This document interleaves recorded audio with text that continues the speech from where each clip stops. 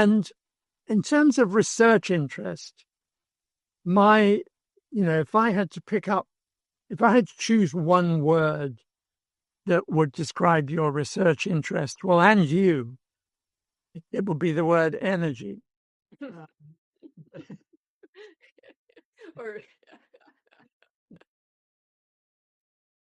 But sort of how did that come about? which the career trajectory, or Well, no, you became interested in energy. You became interested in and energy from the point of view of energetics. yes.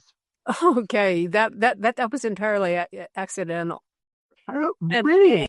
yeah, and it was really based on my mathematical and allometric background.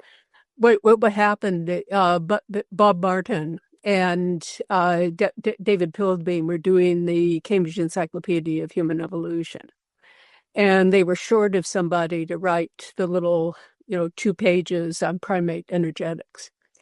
And he sort of turned to me and he said, "Leslie, why don't you do it?" And it wasn't so off the mark because most of the energetics at that time were locomotor energetics. And since I was interested in locomotion and the postcranial skeleton, it was a fairly good fit.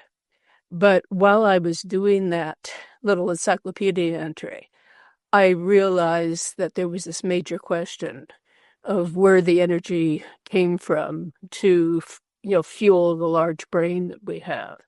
And it was a question that no one had been able to answer. And, being quite naive and, what went on with energetics, I thought, okay, your basal metabolic rate, various organs in your body, take more or less energy. Why don't I just do the allometry of this?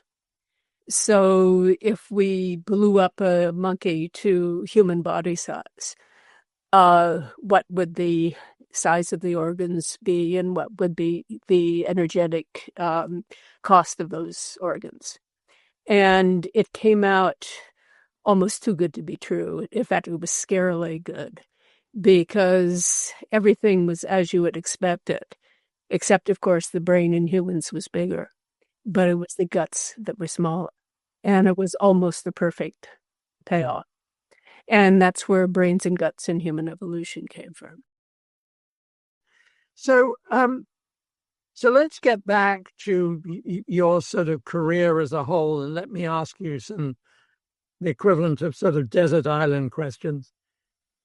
If you could take only one publication, if there was a fire and you could only rescue one publication, which would it be? Well, I have 2 hands, and one hand would have the anatomy book, and the other would have the brains and guts paper, the expensive tissue hypothesis. Okay.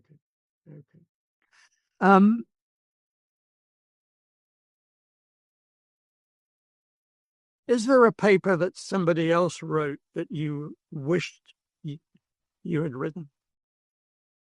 Not so much a single paper.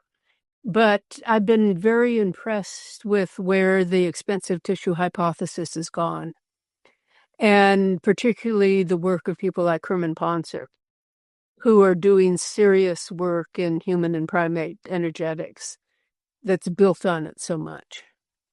And then also I was so impressed with the work of Karen Isler, who had been at Zurich, who did very exciting stuff in the field again of energetics. And I mean, she didn't like brains and guts at all, but we ended up becoming quite good friends, and it's just unfortunate that she's had to leave the field.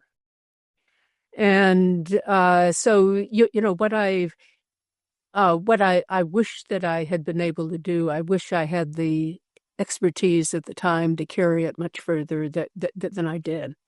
And I'm so pleased to see, some of the exciting research that's coming out now, looking at energy balances and the importance of energy in human evolution. Okay. It's sort of moving beyond the bones and stones. Right.